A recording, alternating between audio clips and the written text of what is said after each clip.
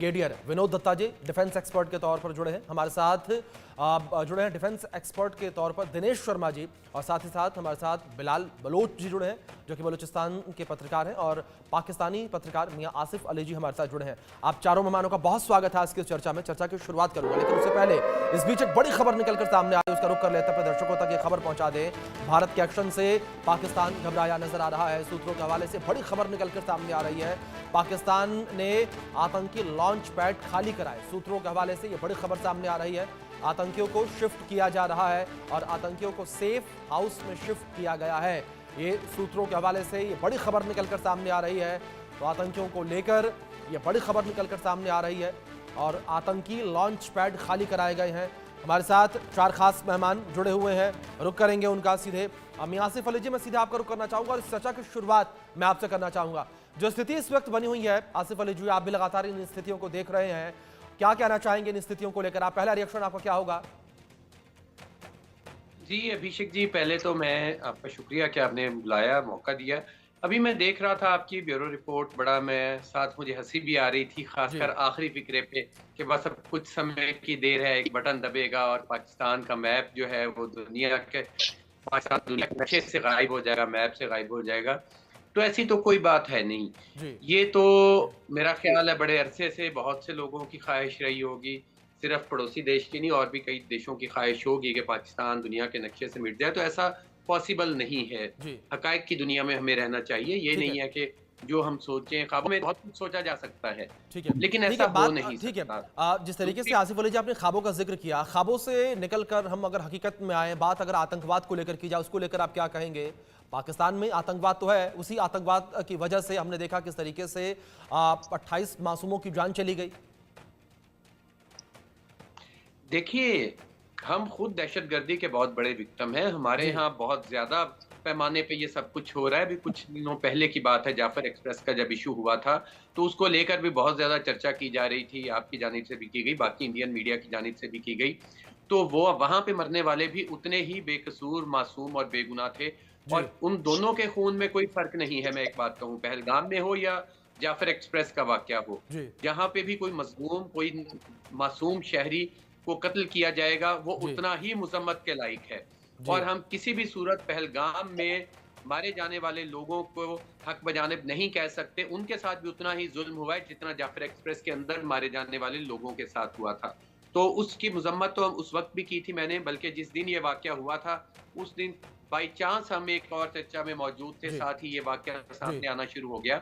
लेकिन साथ ही साथ जिस तरह का जंगी माहौल बनाया जा रहा है, जी खासकर भारतीय मीडिया की जानिब से, ऐसा होना नहीं चाहिए था। जी मीडिया को अपनी ज़िम्मेदारी का एहसास करना ठीक है। चाहिए अगर बात और एक जिम्मेदारी की ऐसा जिस तरीके से वाक़या आप बात करें, आसिफ अली जी एक छोटा सा रिएक्शन मैं आपसे चाहूंगा, फिर मैं और मेहमानों का भी रुख करूंगा। जिस तरीके से आपने बात की, डर नहीं है किसी चीज का।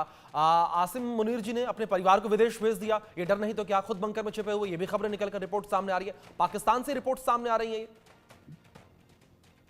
नहीं, ये ऐसा कोई मामला नहीं है। जी पाकिस्तान ने जिस तरह का रिएक्शन दिया है, क्योंकि पहलगाम वाक़ये में पाकिस्तान बिल्कुल मुलव्वस नहीं है। हम्म, अगरचे हमारे बलूचिस्तान के अंदर हम वाज़ेह तौर पे सबूत दे चुके हैं, बल्कि अभी हम एक और जो चतुर्वेदी को पकड़ चुके हैं, हम तो दिखा चुके हैं कि इसमें भारत मुलव्वस है, जी बलूचिस्तान जी के अंदर जितना टेररिज़्म हो रहा है, जितना कत्लेआम हो रहा है उसमें।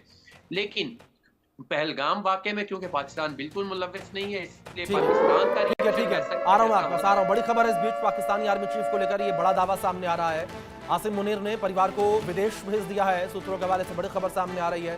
परिवार को यूरोपीय देश भेजने की खबर निकलकर सूत्रों के हवाले से सामने आ रही है और जंग के डर से विदेश भेजने का दावा किया जा रहा है। ये बड़ी खबर निकलकर सामने आ रही है, पाकिस्तान को लेकर ये बड़ी खबर सामने आ रही है। और इस बीच आगे बढ़ते हैं और रुख करेंगे डिफेंस एक्सपर्ट दिनेश जी का। दिनेश जी, मैं आपका रुख करूंगा। और जिस तरीके से बड़ी खबर निकलकर सामने आ रही है कि आसिम मुनीर ने अपने परिवार को विदेश भेज दिया, खुद जाकर बंकर में छिप गए। अभिषेक, ये कोई नई बात है? अरे पाकिस्तान के अंदर तकरीबन जो है इन्हीं के एक समा टीवी के ऊपर एक इनका एक बहुत बड़ा विद्वान अपने आप को समझता है, कोई वो उसका नाम है नदीम सेठी या क्या है, वो जी एक बार कह रहा था कि पाकिस्तान के अंदर जितने भी सिविल सर्वेंट हैं या सीनियर आर्मी अफसर हैं, सबके पास जो है ड्यूल सिटीजनशिप है, ड्यूल पासपोर्ट है।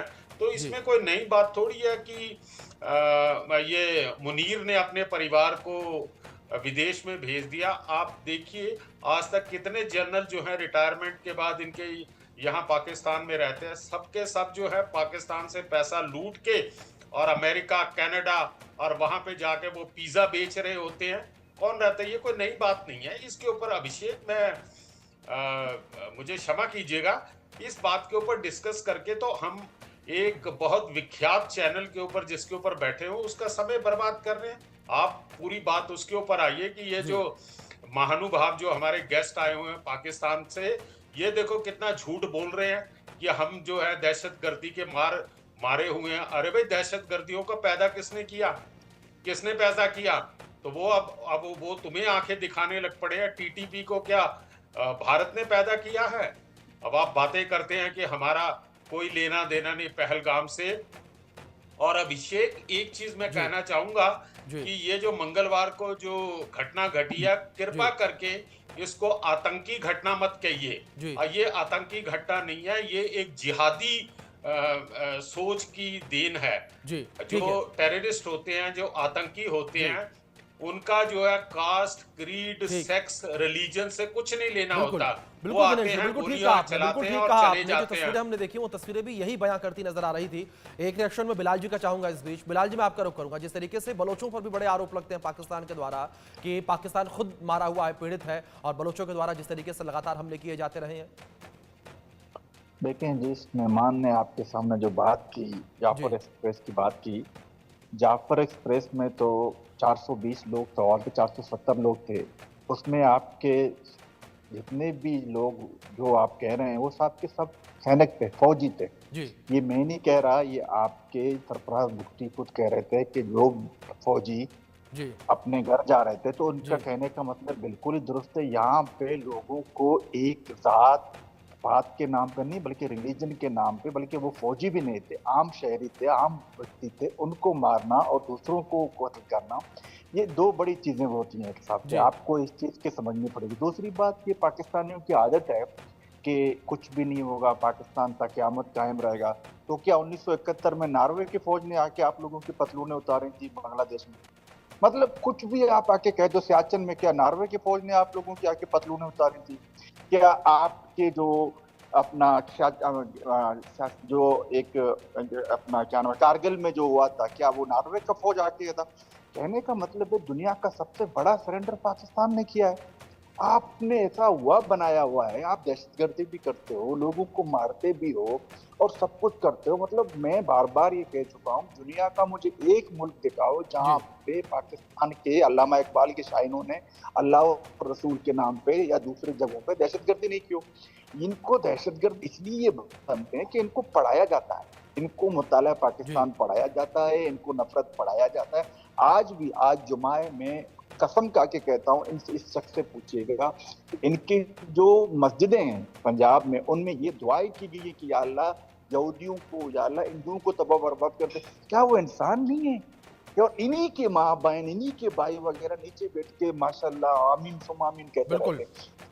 बिलाल जी, गंभीर बात कही आपने। बड़ी एक बात ये कही है जिस तरीके से आपने आरोप लगाया, ये सोच जो, ये आइडियोलॉजी जो है ना, ये कोई और नहीं पाल रहा। बिलाल जी, ये बिल्कुल ठीक है। आपने जो आपने सोच की बात कही है, ये सोच बदलने की बड़ी जरूरत है, और इसी सोच की वजह से ऐसी तस्वीरें हमें देखने को मिलती हैं और ऐसी नापाक हरकतें जो हैं वो पाकिस्तान के द्वारा देखने को मिलती हैं। विनोद जी, मैं आपका रुख करूंगा, और इस नापाक हरकत को लेकर ही मैं सवाल आपसे रहेगा। जिस तरीके से एक नापाक हरकत की गई है, और अगर बात एक्शन को लेकर की जाए, किस तरीके से एक्शन आप देखते हैं? क्या एक्शन होता हुआ आप आने वाले दिनों में देख रहे हैं? क्योंकि आप खुद जो है वो सेना में रहे, सेना का हिस्सा रहे हैं, और ऐसे तमाम ऑपरेशन का भी हिस्सा रहे हैं आप। देखिए, गवर्नमेंट ऑफ इंडिया ने इस बात का काफी सीरियसली संज्ञान लिया है और ऑलरेडी 360 डिग्री जो एक्शंस हैं वो लेने शुरू कर दिए हैं। आपने देखा होगा कि बैनुल अक़वामी सतह पे उन्होंने सारे देशों को ये आगाह किया है कि, और उनको इन्फॉर्म किया है कि भाई किस तरह से इस वारदात को अंजाम दिया गया। इकोनॉमिक सैंक्शंस ऑलरेडी लगा दिए गए हैं। आप देखिए, इंडस जो वाटर ट्रीटी है उसको रद्द कर दिया गया है। तीसरी चीज अब जो बचती है, that is a military action, और बहुत जल्दी उसमें भी मतलब एक्शन होगा।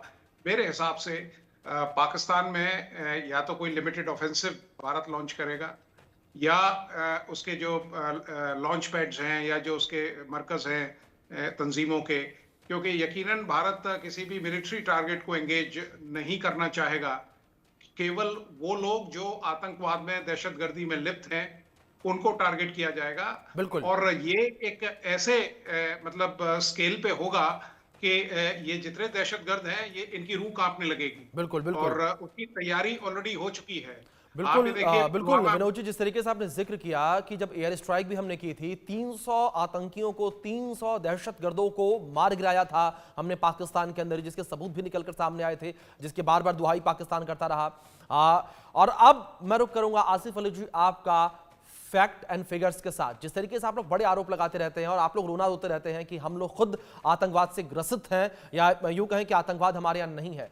अब फैक्ट एंड फिगर को लेकर बात करें, 2001 की बात मैं कर लूं, 9/11 हमले के बाद पाकिस्तान ने माना कि हां हमारी जमीन आतंकवाद के नेटवर्क के लिए उपयोग की गई। 2008 मुंबई हमलों के बाद भी आपने इस बात को स्वीकारा कि अंतर्राष्ट्रीय दबाव के तहत कि हां साजिश रचने के लिए कुछ लोग पाकिस्तान में मौजूद थे।